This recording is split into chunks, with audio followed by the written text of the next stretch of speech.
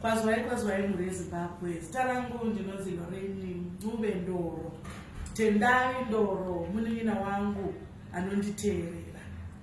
Ndauya pano kuzotenda zvikuru mhuri yePumlani Zororo Pumlani. Nebasa ravakatiitira, nebasa vari kungoramba vachingotiitira. Wedu tinoziva kuti nguva ino inosvika munhu usina kurindira kuti zvichaitika seizvozvi. Asi kana uine hama dzakafanana neZororo Pumlani, zvese zvinosununguka. Unonzwa wakasununguka, unonzwa uine vanhu vepedyo vari kukubetsera vanochema pamwe newe.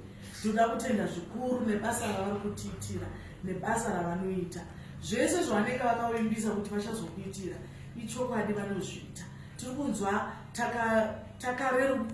takarerukirwa kuti umwe wedu tiri kunomuradzika takasununguka.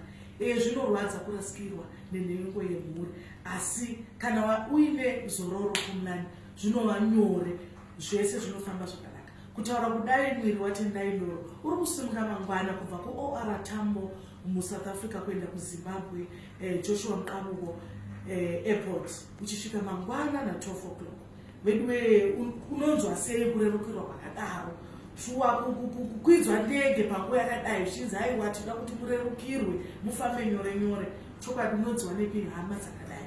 Tinotenda Zororo Pumlani zvamatiitira isusu tiri mhuri yeKwaNdoro. Rambai muchizviitira dzimwe mhuri dziri kuchema dzisingazivi kuti tinochemedzwa nani, tinozopukutwa nani misodzi. Veduwe Zororo Pumlani iriko, musatye. Endai kumaoffices avo akazara muSouth Africa. Vanoziva, pindai mumaintaneti muchibvunza kuti vari papi chaipo chaipo. Varimo muSouth Africa, kwese kwese varimo. Vasvikirei, vane mamanagers marketing anosunungura, anotaura nevanhu zvakanaka. Vanokubatai zvakanaka. Sekubata kwavakatiita vari kuramba vachingotibata zvakanaka. Weduwe Zororo inopumudza marwadzo. Tinotenda.